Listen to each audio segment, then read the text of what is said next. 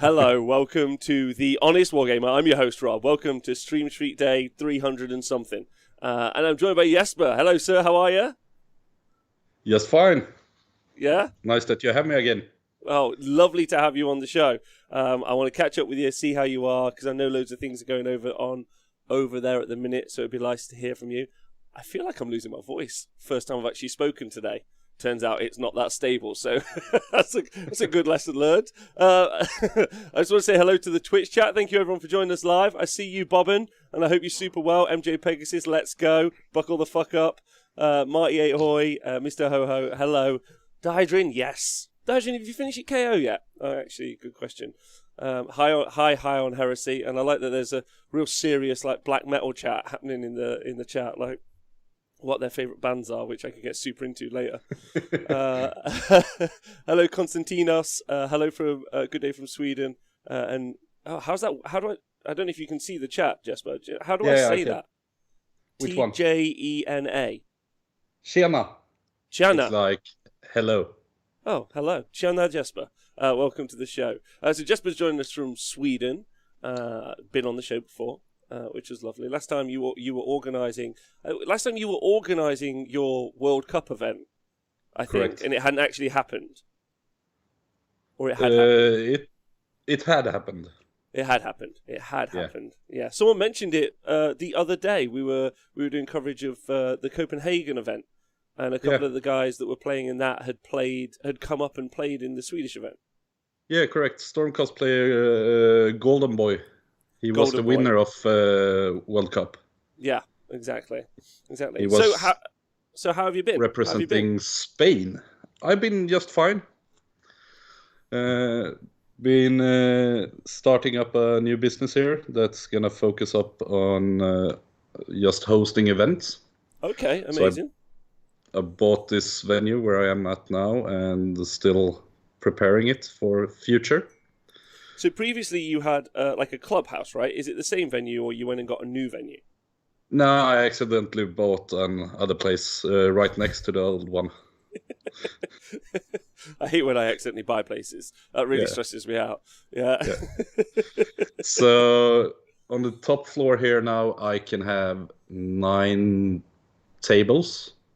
Mm-hmm. I also built myself a little streaming booth, so I can sit inside and commentate games, which I do in Swedish. You've done a me? Yeah, correct. Exciting, very exciting. That's good. Yeah. What's the venue called? It's not called anything except the Looney Bin, pretty much. The company is Asylum Wargaming. Okay. So we have Dr. Psychos, we have Little Medicine Man running around here. Who's the Medicine Man? Is he one of your partners? Yeah, he's a good friend of me who helped me start this. Okay. But the company in itself is just me that runs. Okay. And what's the purpose of the company / the venue? To be able to host the best tournaments here in Sweden in the future. Oh, very exciting. I love that. So that's a great idea. That's the top floor. On the bottom floor, for the moment being, since I can't host anything big, I decided to rent it out. So I got a Italian wine, pasta, cheese importer. Okay. Who rents the downside now, so we're going to have perfect lunches in the future as well. Instead of sloppy pizza. You're going to have Warhammer events upstairs and cheese and wine evenings for lunch. Is that what you do? Yeah. Okay, that's good. I like that. That's a good vibe. Would you say... I've met a lot of the Swedish lads, including you. Would you say that you guys are on the kind of like the cheese and wine end of the spectrum? I feel like that's not really... Like, no disrespect. Huh? He got beer as well. Oh, he got beer as well. All right, that's perfect. Yeah. Apparently, according to MJ Pegasus, this is the best small business combo I've ever heard. I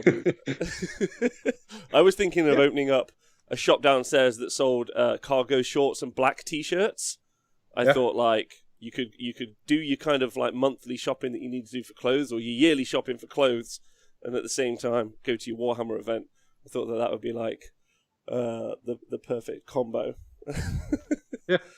It sounds like a great idea. Obviously, Yeah. sounds really fun. What is it that led you to want to do something like this? My love for the hobby. Okay. It's just amazing, and also the community here in Sweden needs a place where it's a sanctuary or a free haven. And also, since I'm the owner of the facility, you can stay as long as you want after a tournament. You don't have to go back to the hotel or leave the venue at a certain time. Yeah, because normally you do have to. There's a kick out time, isn't there? Most of the time. Correct. Yeah. And here it's more or less like on the Saturday evening after the games are done, you just stay here, you drink, you sing karaoke till 4 a.m. You bring an inflatable bed, and you can crash here in the venue. Oh, perfect. Is it so? It's located in Gothenburg, am I right, or just outside Gothenburg? No, outside of Stockholm. Oh, okay. So south of Stockholm, about 40 minutes drive. Boban in the chat asked, "Is it in Göteborg? Is that how you spell that?" Gothenburg, no. No. Okay, that's how you say Gothenburg. It's Swedish. Yeah. Okay. Göteborg. Göteborg. No, Okay. it's in Järna, a small place just south of Stockholm. Okay. That's why I bought it here, because it was a bit cheaper than buying it in Stockholm. Yeah, of course. Yeah, of course. So you said that you've got 9 tables, so you can maximum have like 18 players playing at an event. What's the goal with the events? Goal for the future, 9 tables is just on the top floor. Oh, okay. For the future, it's gonna be able to take 25 tables. Okay, is that's the plan. exciting. Okay. Does that mean cheese and wine team have to leave? Is that what we're hearing? It means that in a year we might redistribute the actual place they use. Okay. And have a cooperation between us, because if we have events, they make money as well. That's true. That's super true. Okay, So, that sounds cool. yeah. So what sort of events are you thinking about holding? My main focus is Age of Sigmar, of course. That's what I burn for, but we have other people that host 40k tournaments and such as well. And with this wine cheese dude as well, since I used to be a bartender, we're gonna arrange some cool trips, perhaps down to Italy, try to hook up with some painters or some players down there, and do a vineyard tasting, and also play some games of Warhammer when we go there. That is so classy. I was thinking. The funny thing when he got here was that he had his chef with him, and the chef was like, "Oh, can I take some pictures? Because my friend back in Italy plays."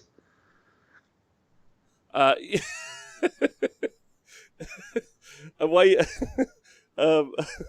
Why don't we just set up a business between Sweden and England, where we just send Warhammer nerds on like wine tours, slash like just adventures. Nottingham's got loads of like amazing real ale pubs.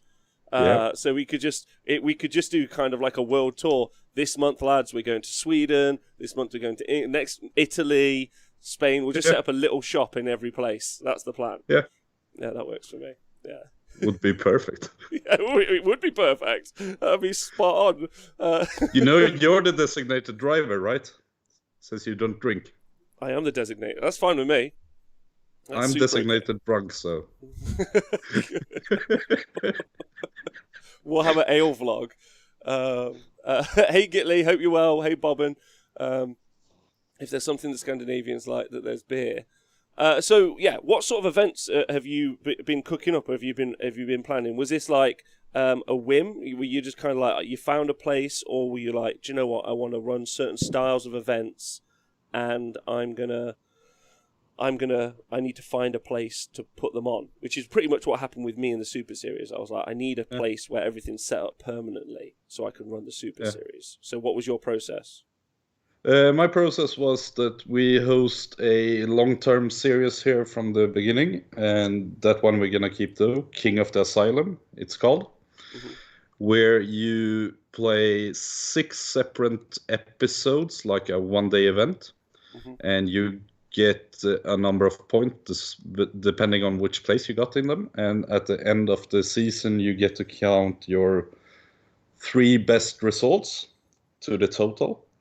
So it's a separate one-day tournament and also a long-term, like a league. Okay. And we needed a better place for that one. And also World Cup is going to come back whenever we can arrange that again. Thanks, COVID. And that one we aim to have 32 players in. And also I hosted a double elimination tournament here. Like, it was played over a few weeks or a month or something like that. And next up now is Swedish Championship, SM. So how does the Swedish Championships work? Oh, that's a whole new story for us here. Because first off, start of April 1st, you get to play your games, start playing your games, and you are divided into different cities in Sweden where we know people play, or regions. And it's a mess, but you have from 1st of April till 26th of June to play the group stages. And after that, the 2 best in each group qualify for a playoff weekend here in Järna, in the venue. So it's a qualifier, depending on where you live, to make it to the grand final. So what are the regions, and how do I get into, like, if I'm based in Sweden, how do I get into one of these regional groupings? We have the big cities. So we have Stockholm, we have North and South. We also have Gothenburg, we have Malmö, we have Umeå, where Fantasia Fanatic is, and they help out with this. We have Dalarna, which is more of a county than just a city, and also Västerås, which is also one of the bigger places here in Sweden that hosts a lot of 40K and Age of Sigmar tournaments. Okay. And Uppsala as well, and Linköping, Norrköping, where Jonathan is based. Yeah, with all the yaks and mooses. Yeah, I know where he is. Yeah. Also, that is more like Umeå than Linköping. Yeah, I know. It's cool that. Wait, is it Umeå? Is that how it's saying? I've always been saying Umeå. That must be wrong. Umeå, is that right? Yeah. So it's northern Sweden for everyone. But it's like, so when I was over in Sweden, Jonathan said to me, he said he'd rather fly over to England than ever up that far north. So do you think that there's going to be a problem with the geography of the country, like getting or is that why you broke it down into the regionals, so you could do the regionals? Okay. That's why it's broken down, so somebody from Malmö doesn't have to go to Umeå to play for the group stages. So you qualify in your own home, pretty much. And you decide yourself with your opponent when you want to play the game and such. If you want to play at somebody's house or in the local clubhouse or anything like that. And then you report the game and it goes into the system for scoring. The funniest part about this tournament is that you're not having one list. Okay. You get to submit 2 lists. It can be like, I want to play 1 Stormcast and 1 Night Hunt list, or you can take 2 Seraphon lists if you want to be the asshole. And when you get to the table, first thing that happens is that you roll for mission. So it's not a predetermined set of missions. Mm-hmm. And after the mission is decided, both players put one list face down or hidden on the table and reveal at the same time. Mm-hmm. What's the purpose of the 2 list setup? What are you hoping to achieve by changing it in that way? I'm hoping it will be more flexible for certain players, since it's Swedish Championship. You really need to be on point which list plays what mission, and also what 2 armies your opponent has, and you can either counter list or you can counter mission. Okay. And are you are you hoping it will create list diversity, or army diversity, or do you think people will generally spec into like 2 kind of like over the top lists? Like, because I can choose them from 2 different factions, right? Yeah, you can. I hope we will see a diversity of lists. Mm-hmm. And just like, I know that this list might counter the Seraphon or Siege because it's MSU or whatever. And you go for that and you play the mission with that list instead of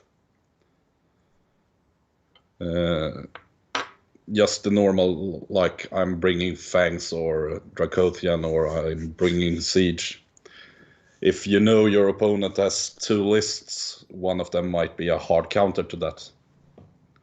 Yes, I think at the minute one of the things that's most interesting. So, did you happen to catch the TTS AOS Worlds kind of like faction breakdown? Did you happen to see that? No, I missed that one.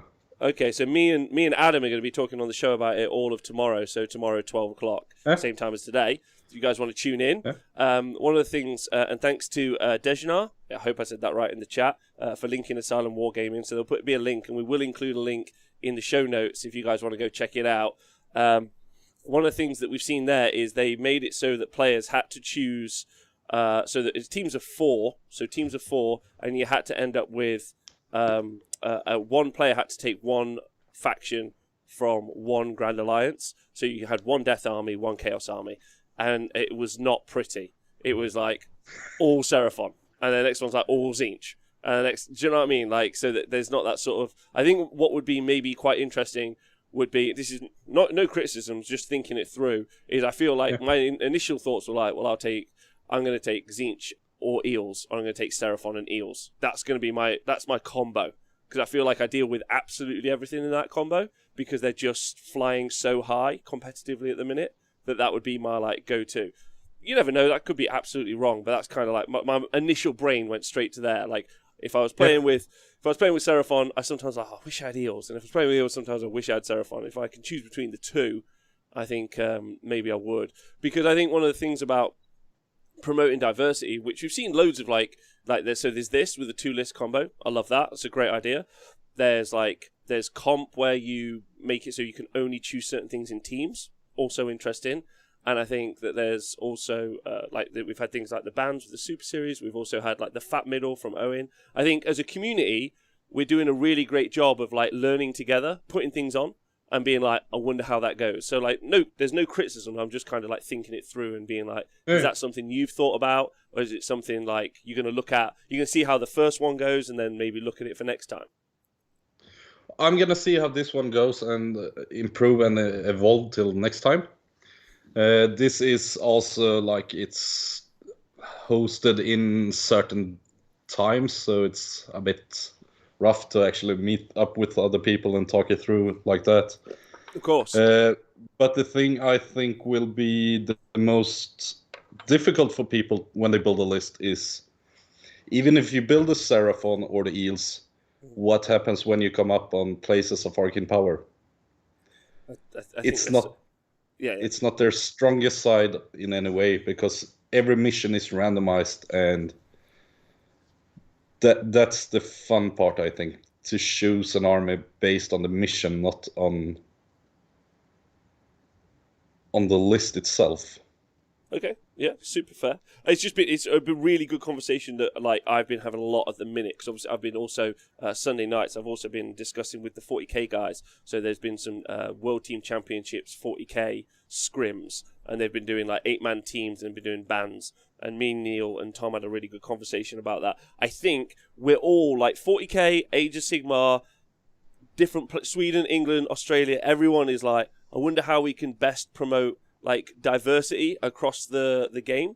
I think that's something we're all really interested in as a community, because that's what we want to see. We want to see like creative lists, and we want to see stuff. And sometimes we're really grinding against the system that is Age of Sigmar, right? Like, or against the system that's 40k. It's just like, I really want to see some Tau lists for some reason. Or I really want to see some Sylvaneth lists. It's like, well, you won't because they don't count or anything.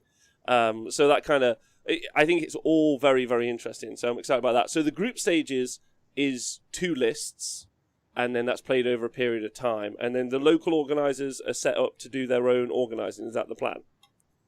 No, it's up to you as a player to actually. You get a like phone number to everybody that plays in your group, and you decide when you want to play the game, and you have 12 weeks to compete. And if you're 3 to 5 players in a group, you will play each other twice. And if you're 6 till 10 players, you play each other once. Yeah, okay. All right. I get that. Have you, and then at the finals, there's been a burning hot question in the chat, so I've got to ask it. At the finals, is your plan to let people use 2 lists? Or is that not the plan? It's going to be the same there as well. So, except we have 2 players that are going to get to choose 1 list. Up in Umeå, they have a Fantasia Quarantine Fanatic as well. The winner of that will get a ticket to the final weekend as well. Okay. But he only gets to play the list he won that tournament with. And also from everybody that is knocked out in the group stage, we're going to spin the wheel and 1 wild card will arrive. Oh, okay. That sounds fun. So even if came last in your own qualifier, you still have the chance to get 1 free ticket, and then you get to pick 1 of your 2 lists. Okay, very interesting. So you're locked in over a certain amount of time. So from start to finish, how long will the process take? 12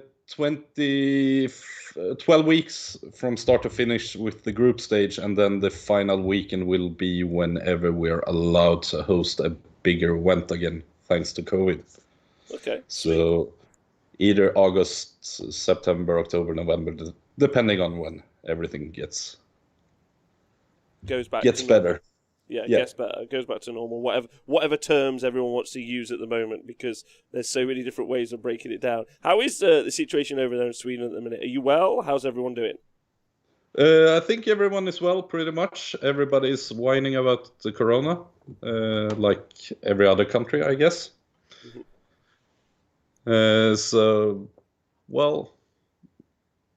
I mean, Swedish people don't like to see other people anyway, so stay home, be safe.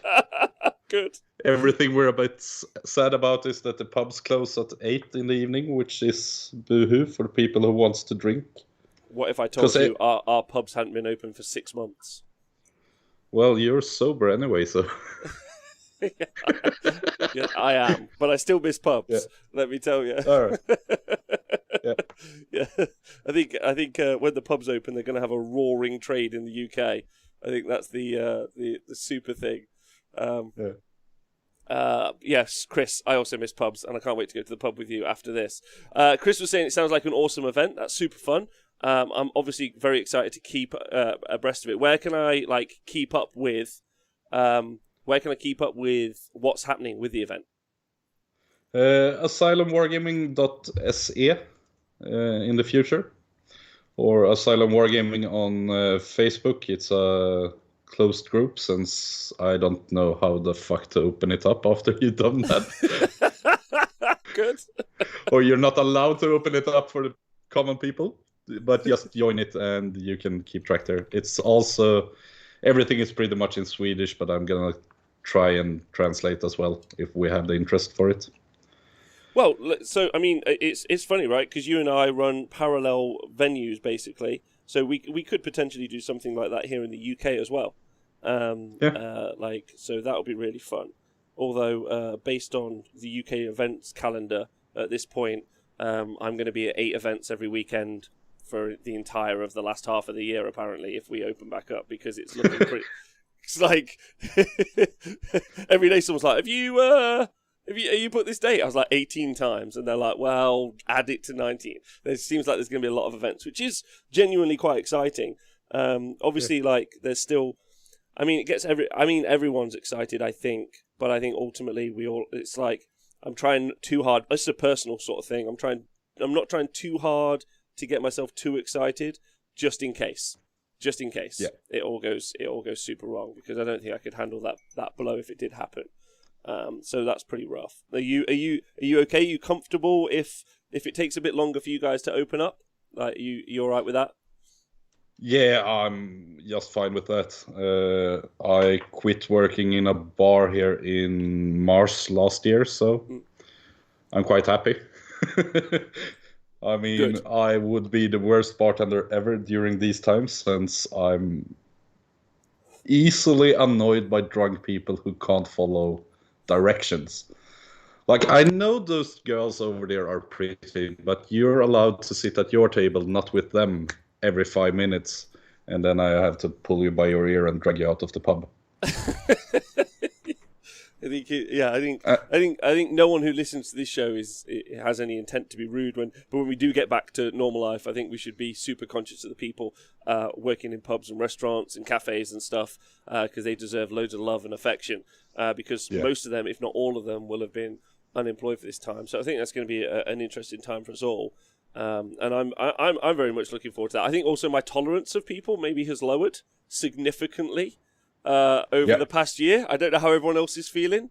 That's how I feel, so I'm a little bit conscious of that. And I also think that I'm a little bit concerned that I'll get very burnt out being around that many people, like, for that long. I don't know about you. Like, feel quite like sometimes it can be taxing anyway, right? Being in like a social environment for a while, and I think like I've lost the ability, like the callus that had built up on my soul. And, after like that's why I think I'm going to do 1-day tournaments for a good long while, like, because 2 days feels like a long time. Oh yeah, absolutely. Do you know what I mean? I mean, I'm actually feeling a bit sad for Ireland, because St. Patty's here in a week. Mm-hmm. And I don't know, are they allowed to go out on the street or have the big parade or anything? No, I don't think so. No, I don't think so either. I think that generally, from everything I've spoken about with the Irish lads, they seem like everything's like, it's like not the best, but I think they're okay with the fact that it's going to be what it is. We're coming up to, it kind of reminds me, if anyone's interested, we're coming up to the Stream Street first birthday. So the Sunday the 21st, if you guys want to put it in your calendar, of March, we're going to be doing a whole day stream, so midday normal time till 10 p.m. at night, and I'm booking in a whole bunch of special guests for the whole day, which is going to be super fun. So that'll be our first birthday party, where we'll have been doing it for an entire year of lockdown over here. So every day for a year. So that's going to be super fun. So that's the 21st of March. I just thought I'd bring that up for people now, as I only really sorted out some of the event details yesterday, which is fun. Are we having a parade? No, we could do. We could have a parade from our house, which would be good. Oh, go on, after you. We are doing a little nasty stream here on Saturday, I think. Okay. Joel, my friend, had the great idea that we should have 6 people playing and a stream going where you have to do a challenge in between battle rounds. Okay. And he bought some Carolina Reaper pepper and other nasty peppers.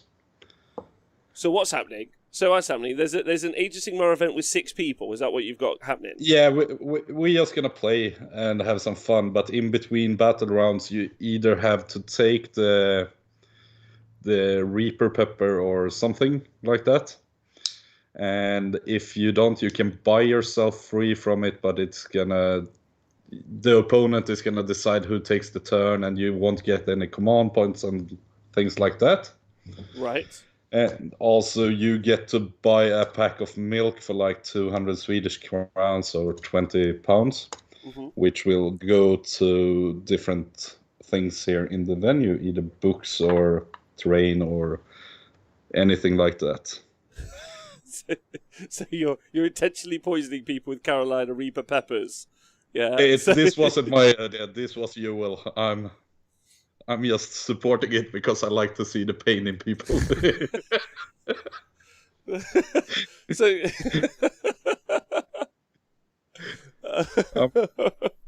I would say that I think one of the shouldn't we do something out of the order? What's Tristan saying? Everyone goes streaking on Sunday. That's the idea, but we should do something different than we normally do, which is the same thing we do every day. I would. I would say that that's a fascinating event. Twitch chat, how would you feel about going to an event where if you lost the priority roll, you had to eat a spicy pepper? Or if you win the priority roll, right? So, because it's meant to be a double-edged sword. I win the priority roll, but no. If you don't do the pepper in between battle rounds, you automatically lose the priority roll. Wow. That would be really intense. And maybe different spice level peppers. So round one, pretty chill. No problem. Yeah. Like you both do it. Yeah. But like, so there's a kind of conversation where it's like, am I going in super quick turn one so I don't have to get to turn 5 and eat that pepper? Or like, that's pretty bold. And my best friend Thomas actually signed up his 9-year-old son for this event.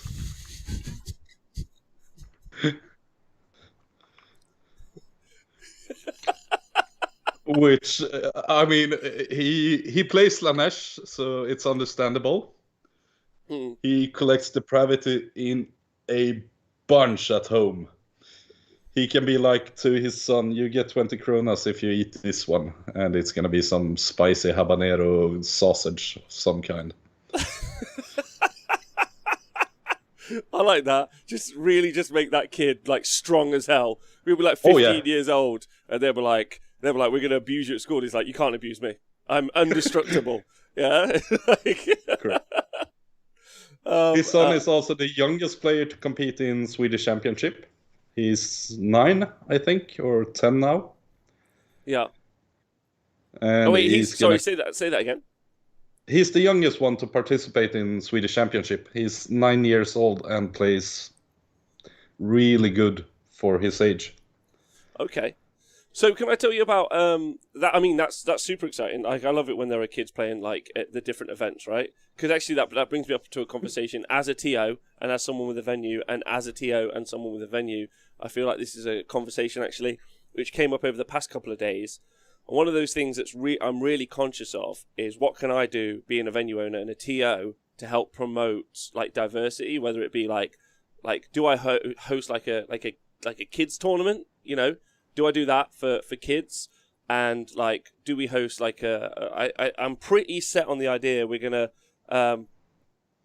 do a ladies only tournament here, but we're gonna have a lady run it, and then we're gonna have a whole lady crew it. So like, and then I'm just gonna give the venue away for free for the day basically, and then just let that happen. I don't know if that's something you'd be interested in, but I think one of those things that really interesting, especially only in a smaller venue, you just kind of say to yourself, what can I do to help? Or am I like forcing the issue that doesn't need to be forced? It's an interesting one that came up recently, and I don't know if you've had any thoughts about it or there's been any conversations over there. We haven't talked about that one. We don't have that many girls that plays. We have a lot of girls that do hobbying, like painting really good and such. But I think Liara and 1 or 2 more are the only ones that go to tournament. Pretty much, as far as I know. I would love to see more girls come in and play tournaments, and also if they would like to have a separate tournament, they would be more than welcome to have my venue for it, just to promote. And I think the average age of us that is in this venue is around 33 and have 2 kids each, more or less. Bit dad so hammer. we have a good dad hammer. Mm-hmm. So we have a good future coming up, but they are a bit too young at the moment to play. But they are here just playing with the miniatures and having fun with that. And everything that's in the venue here is also, if you want to borrow an army or do anything, you are more than welcome to borrow and test play and such.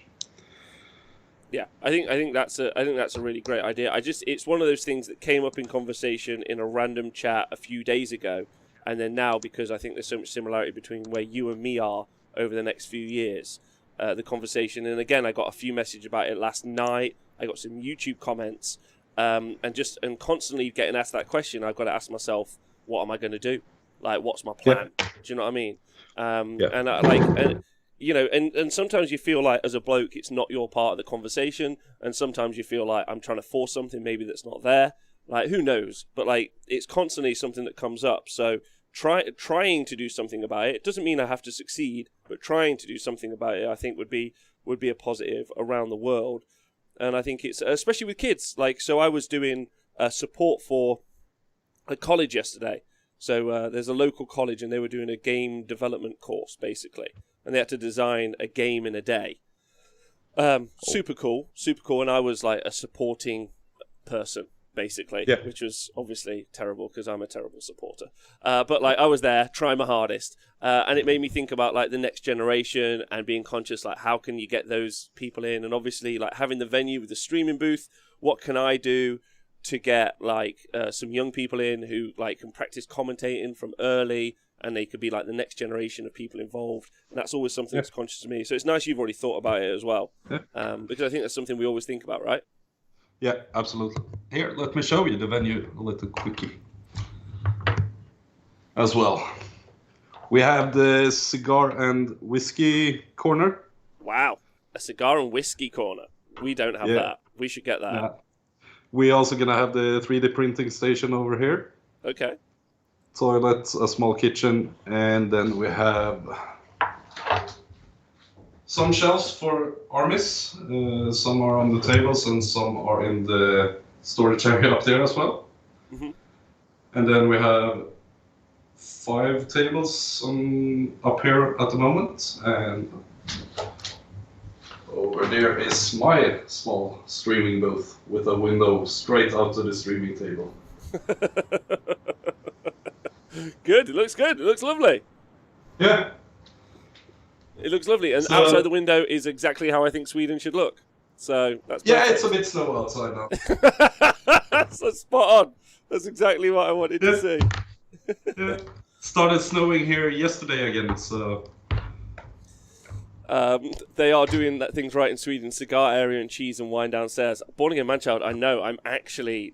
we got a bar installed with some real ales, which I was very excited about. So we've got a bar in the TSN Arena with real ales from a local bar. Not from a local bar, sorry, a local brewery. Amazing people. Big shout out to Tom. He brought us a crate. We have Nordic-themed ales with like Molnir's like ale and like... They look amazing. I'll send you some pictures. They look great. So really excited about that. But no cheese. I need a cheese. Like sort of like version. That's something I need to add. We're not allowed to... cheese spread and a little bit of meat to that as well. Perfect. That's all you need. Let me just see what the chat is saying. Pete, was I helping them develop the narrative? That's all I helped them with, obviously.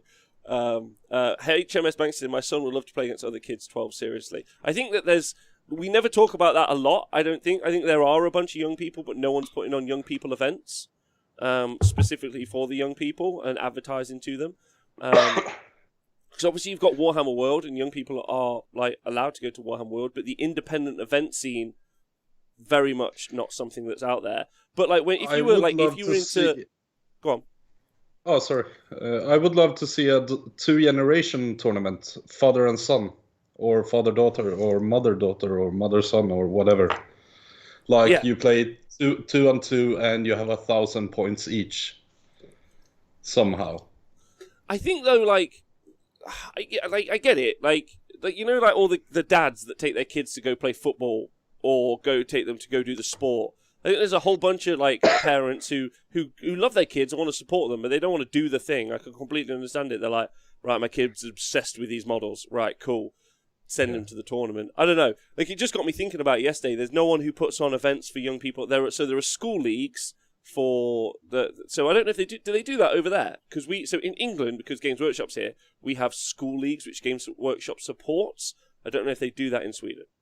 They support all over the world, I think, with the school leagues, but some cool. teacher has to like take it up. Okay.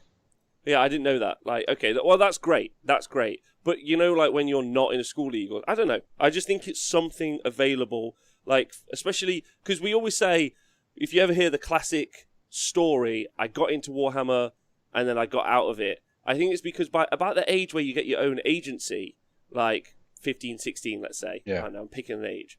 Like, there's nowhere for you to take that. Like, whereas if you're, like, doing... I don't know, Magic the Gathering, you could take yourself off to Magic the Gathering tournaments and that other stuff. I just don't know if that's available. Like, now, I know in Northern Ireland and also in Australia, and maybe in loads of other places as well, but Australia, there's a couple of young people who play with their parents when there are big events and they kick ass and they're brilliant. And then Northern Ireland, the same. You got Colin's son, you got little Chris, you got some like young'uns coming through and being pretty deadly. But, you know, like something where they can meet people of their own age would be something quite cool, I think. I don't know. As an adult, I'm thinking it through, but I'm not sure. Sounds great, but I think one of the biggest problem at the moment is that you need to do tabletop simulating for them because they are in that age or that... I mean, everybody grows up with an iPad in their hands at the moment. Yeah, agreed. So it's a lot... Do you think that there won't be a new generation of Warhammer players because they all play computer games? I'm afraid that we're going to lose a lot of them unless something happens. Like, they need to have some kind of game that's connected to Warhammer, the model game from computer. You have Total War, for example. That might be the future entry gate into playing the tabletop game as well. Yeah, I think like being exposed to the IP, like, so whether it be films and TV in the future, like cartoon series and films, will be a way for like them. And I think like, you know, I think it's one of those. Who was I speaking to earlier in the week? Oh God, it's been a long week. I'm so sorry. I was speaking to someone last week, and I was like, "How did you get into the hobby?" And they were like, "I just saw it in a window, and it was like, bosh." That's how I was in. Like, it just like was a gene that just clicked with me. I'm so sorry, I forgot who I was talking to. But anyway, don't know what day it was even. But they were like, that was me, bump, I was done, and then never be involved in the hobby at all. And I think like maybe it's like me, I'm thinking, oh, there are loads of young people out there who want to go to tournaments and don't have somewhere to go. And maybe there just isn't. And it's something you kind of get to as you get to kind of like your mid-20s and your 30s. That's something that you find when you're a bit older. We'll see. Yeah. We can almost field an under-16 team, says Pete. That would be genuinely scared to play against. So yeah, over in Northern Ireland, they've got like a great group. Robosaber, thank you for resubscribing. Plymouth Troll Slayer says, genuinely think more children are playing Warhammer now as the stigma of being a nerd is going away slowly. I would agree with that as well. That feels like that's a thing. I would say that, like, because they're very translatable, right? Computer games, a lot of it's on Twitch. They're watching people play games, and I think it's not a big leap to go from like you say, Total War to are there miniatures for that or something? 3D printing. D&D has got loads of 3D miniatures in. I think actually the rise of D&D has led a lot of people to think about 3D minis and then move into Warhammer. I think that's been a thing, which has been quite interesting. Yeah. Militant Snowflake says, I actually think the social and tactile part of Warhammer is what makes it different and cooler for kids. Yeah, so actually that's something I said yesterday, and I don't know if you feel the same. Having spent so much time in front of screens over the past year, I'm so invested in how tactile Warhammer is and how much I'm like physically doing stuff. And when I go meet my friends and roll dice, that like actually it's nice to get all the screen time you could ever want, but if I could give up the screens or go and do stuff in real life, I'd go and do stuff in real life. like all day. And absolutely. So I think But the events are big going to be more question for popular. that is like, I think we're gonna have an upswing after Corona goes away and you can start arranging things again. Mm-hmm. It's gonna be like people just want to meet other people, and every tournament is gonna get fully booked as soon as it opens, pretty much. Mm-hmm. But give it a year after that again, and we might stagnate again and see where it goes. See, I don't agree. I think like Born Again Manchild says. So we'll ignore COVID for a moment. Actually, I'm like of a group of people who grew up playing computer games from a very early age, like not in my like 5s and 6s, but like from like my mid-teens, and then through my whole life, like consoles or PC or whatever the situation, loads and loads and loads of gaming on screens and reading books. But then when I found Warhammer, it's like I still play computer games sometimes, but the tactile nature of it is the thing that draws me. Like, I'm going to go see my friends, I'm going to get things out. I think it's like instinctive. I don't know, maybe this is too high-minded and I'm just such a twat for saying it, but I think it's instinctively human. It's something that you want to do. You want to go and meet people. I mean, if you even think about like live coverage for esports, instead of they could just get the team over there and the team over there and LAN them in. Or there's probably technical issues. But they bring everyone together. And there's a crowd. The crowd is the most insane thing. You're watching 2 teams of 5 people just sitting at a computer. Yeah, and there's a fucking auditorium of people. Like, and so I think like the tactile nature actually is like, I think Warhammer will get more popular, not less popular. I think so too. But the big question is it going to get more popular for people our own age or the younger people? Right, yeah, that's a good point. That's the big part. Like, it's so easy for a kid to actually stay in touch with his friends from a really early age through an iPad or a phone or a computer. And they are not, like, as socially placed from a young age to, like, actually be able to go out and meet people. I mean, when I was 7, I had to go knock on my friend's door to see if he could come out and play. Yeah. It wasn't like easy to just pick the phone up and nobody answers the phone, nobody had a phone or something like that.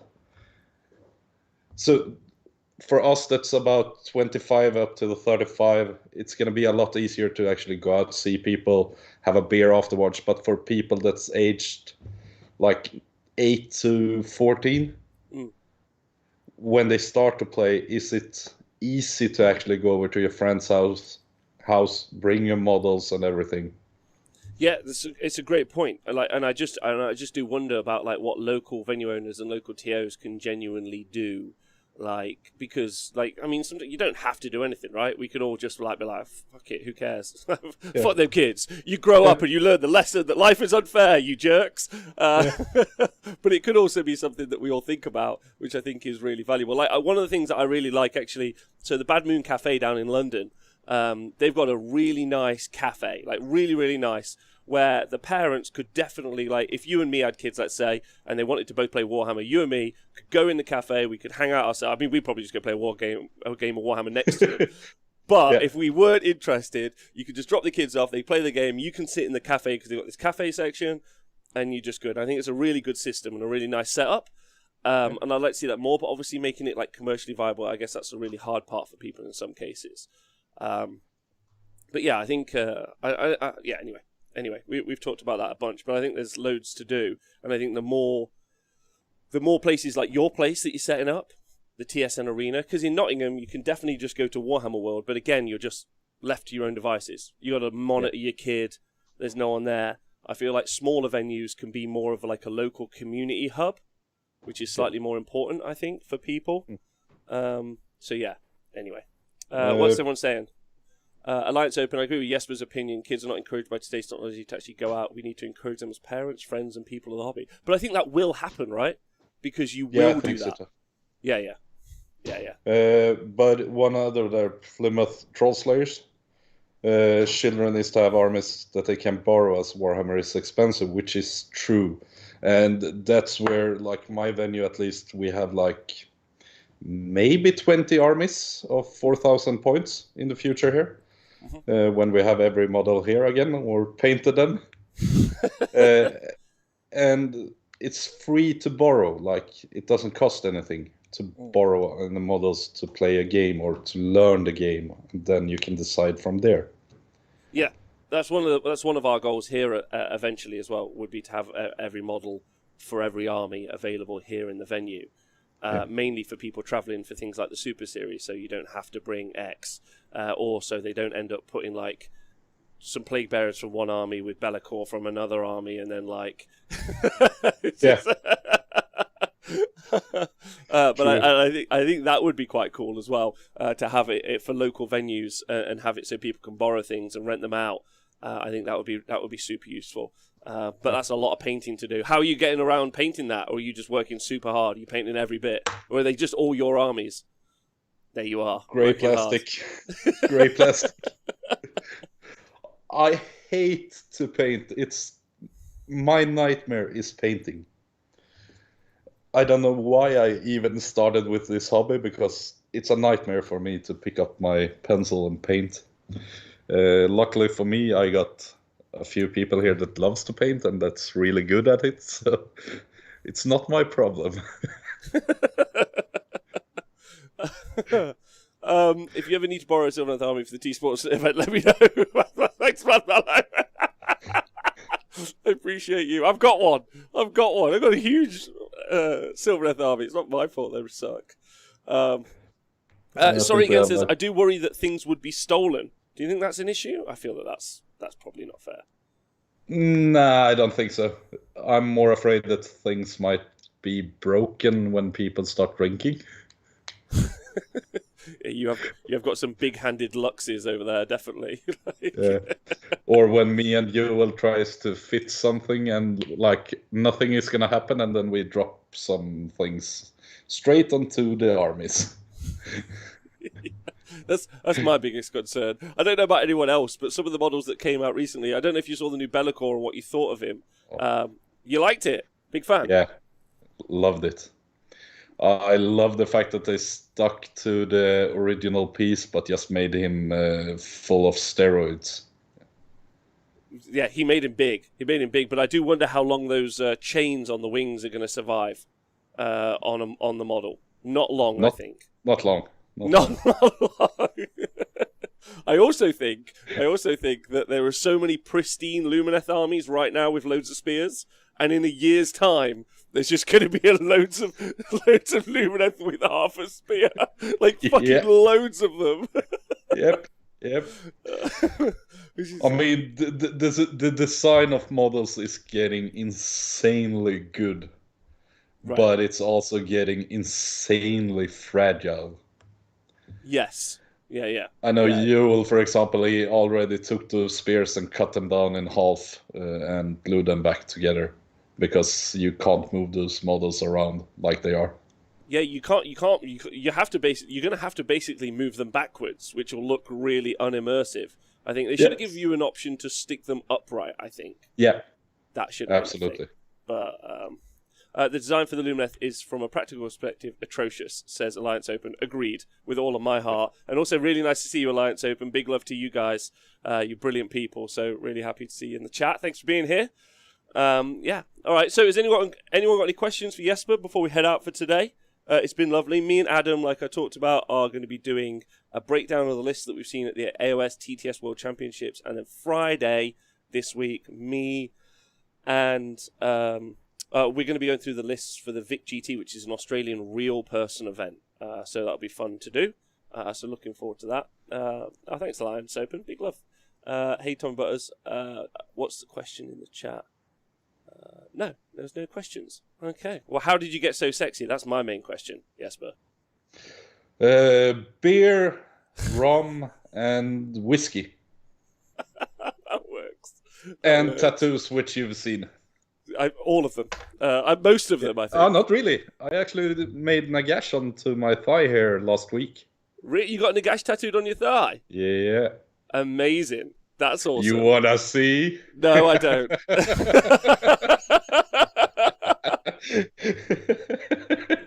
Well, you've seen everything but else. I tell you what, when we are able to travel again, I'm coming over, and that's a fact. I'm very much looking forward to that. So it's going to be super fun. All you fellas over there are so good. And I miss you all Love tons. to have you here again. I'm looking forward to that. Like, I'm going to do like a tour. I'm just not going to.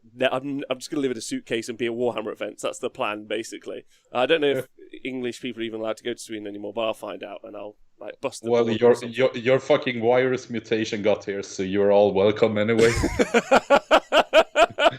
It's not my virus mutation. It's the Londoners. That's right. Yeah. I see you guys. That's your fault. Yeah. All right. Well, listen. It's been lovely talking to you. Thank you very much.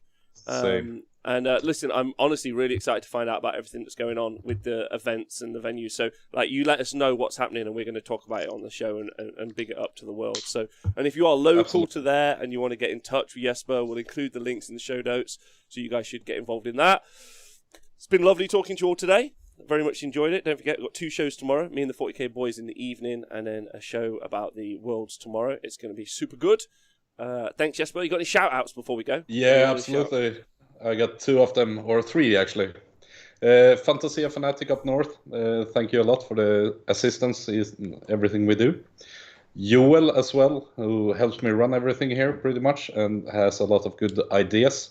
And also Thomas, my best friend, wouldn't have done anything without him as well. See, that's nice. Good. All right, lovely. I'm into that. Twitch chat, you're my shout out as always. Podcast Bros, you're my second shout out. Love you tons. Thanks for being here. Thank you for supporting us on the Oswald Gamer Patreon. Take care of yourselves, and I'll see you tomorrow. Goodbye.